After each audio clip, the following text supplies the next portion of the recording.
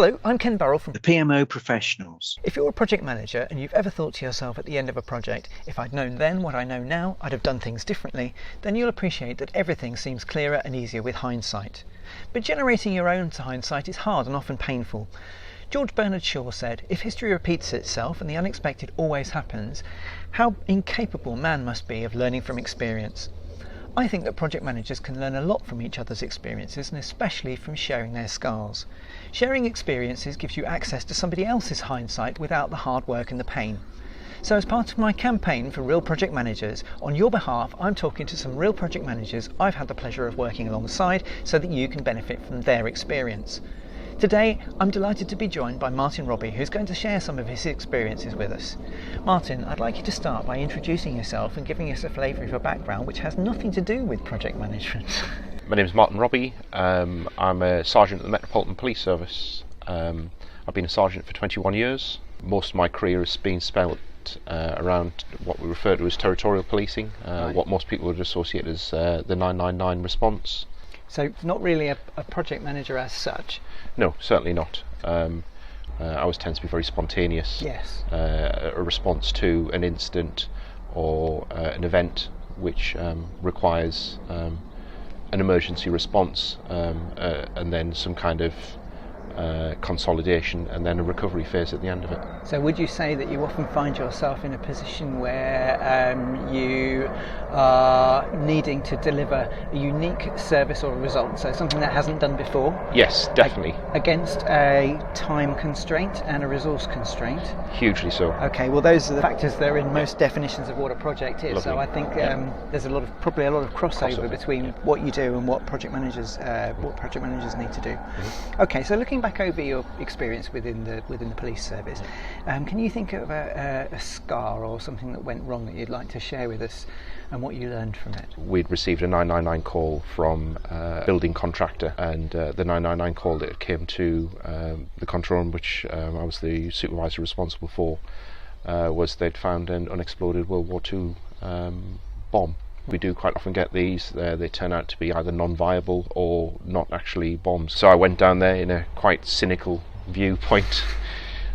We have a team of officers that work in the Metropolitan Police that their sole duty is to deal with disposal of ordnance. Right. So I requested one of their officers, or a pair of their officers, to come out, and when he arrived, came back very shortly later with the assessment that it was in fact a World War II bomb. Wow.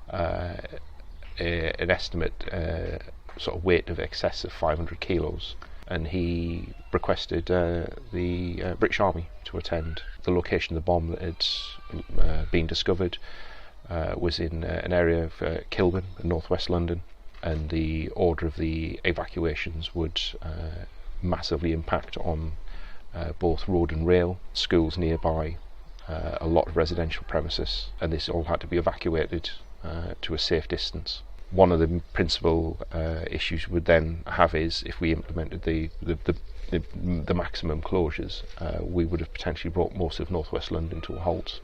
So several stakeholders then in that Hugely situation amount, with conflicting interests, maybe conflicting views, Hugely and so. between those parties you had to come up with some kind of Compromise and negotiation. some kind of agreement as to where to set the cordon. Right. Hugely so. So to recap then, we've Yeah. got a large bomb Yeah. in a hole in the ground. Essentially, yes. We've got the fire service, presumably ambulance service, on standby. Correct. Bomb disposal unit was called out, but they had to travel from Garrison a long distance away.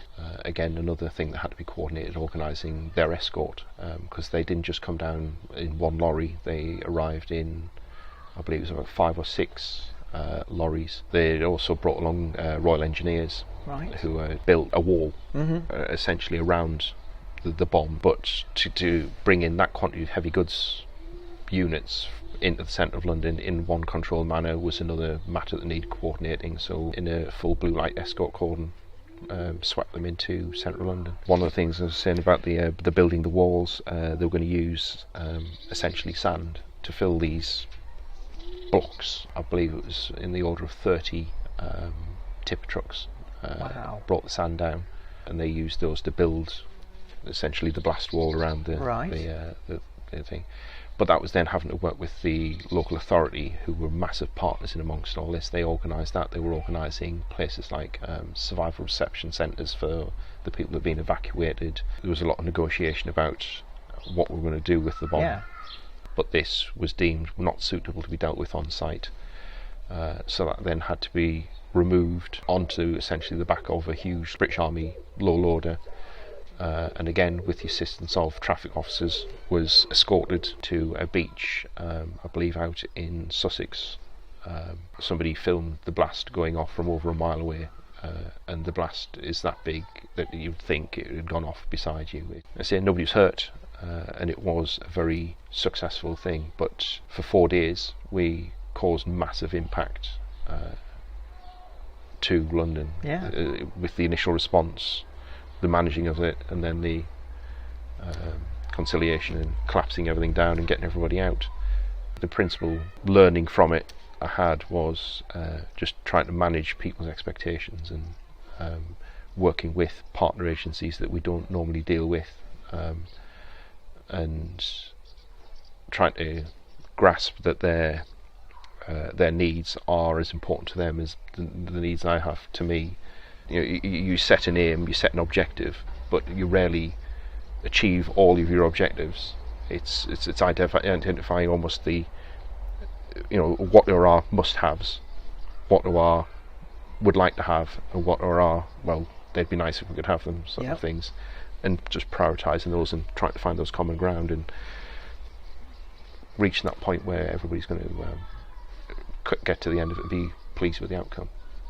So in a situation like that, where you've got a group of people who have never worked together before, they've got this direly pressing situation facing them, how do you keep everybody informed of the situation? They have a command vehicle.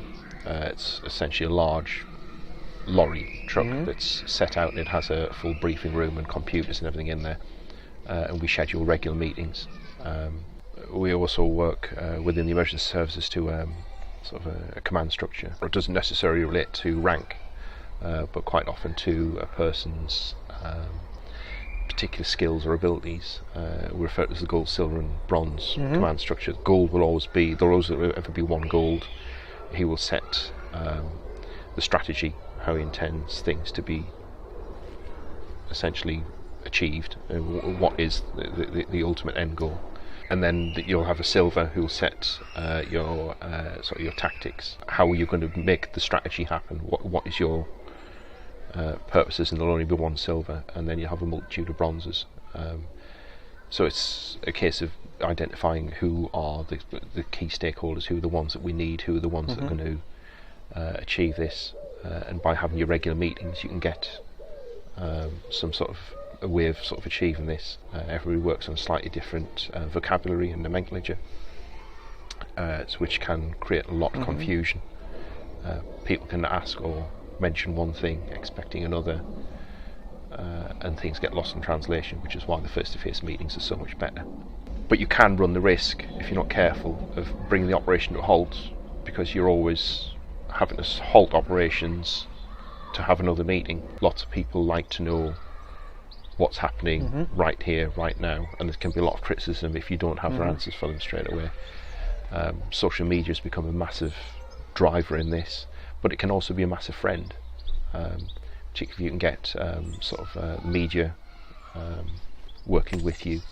You can then sort of get better responses when you then ask for something or essentially demand something. We'll always carry out debriefs at the end of any scenario like this. We call them hot debriefs, where they're done pretty much there and then, and they can be done throughout the event. But certainly at the end of the incident, there'll also be some kind of sort of hot debrief where hopefully you can pull together any operational learning and see if there's something that can be done or prepared better next time. There's sort of a quite sort of clear defined priority list, particularly for emergency service workers, where your principal and overriding theme will always be to save life and limb and protect property. But unfortunately, when you start bringing into external companies and everything like that, they then have to start factoring in costs and overheads and things like that. So probably the biggest issue I'd have, and as I've had recently, generically is the managing of expectations of sort of partners, and being able to resource incidents successfully and safely, and trying to comply with things like health and safety, while trying to achieve the end result in a timely and appropriate fashion, and trying to do the right thing for the right people for the right reasons. Martin, thanks for your time and your insights. So today we've heard from Martin about a situation he faced in the emergency services and what he learned from it. Mark Twain said, "History doesn't repeat itself, but often it rhymes." To me, that means that although the future is not exactly like the past, it's often similar enough for the lessons of the past to be useful. And there's often stuff that we can learn from different industries. What can you learn from Martin's emergency services experience that you can apply in your projects? Let me know in the comments. If you enjoyed this interview, let me know by leaving a comment or a like or both, or by sharing it with others on social media. If enough people think these interviews are useful, I'll make more of them. If you want to share your scars in one, let me know. For other videos on project management topics, take a look at my video channel. For articles on project management and PMO topics, visit my website, thepmoprofessionals.com, or to connect with me more personally, search LinkedIn for Ken Burrell. The PMO Professionals. In the meantime, until the next time, thanks for listening.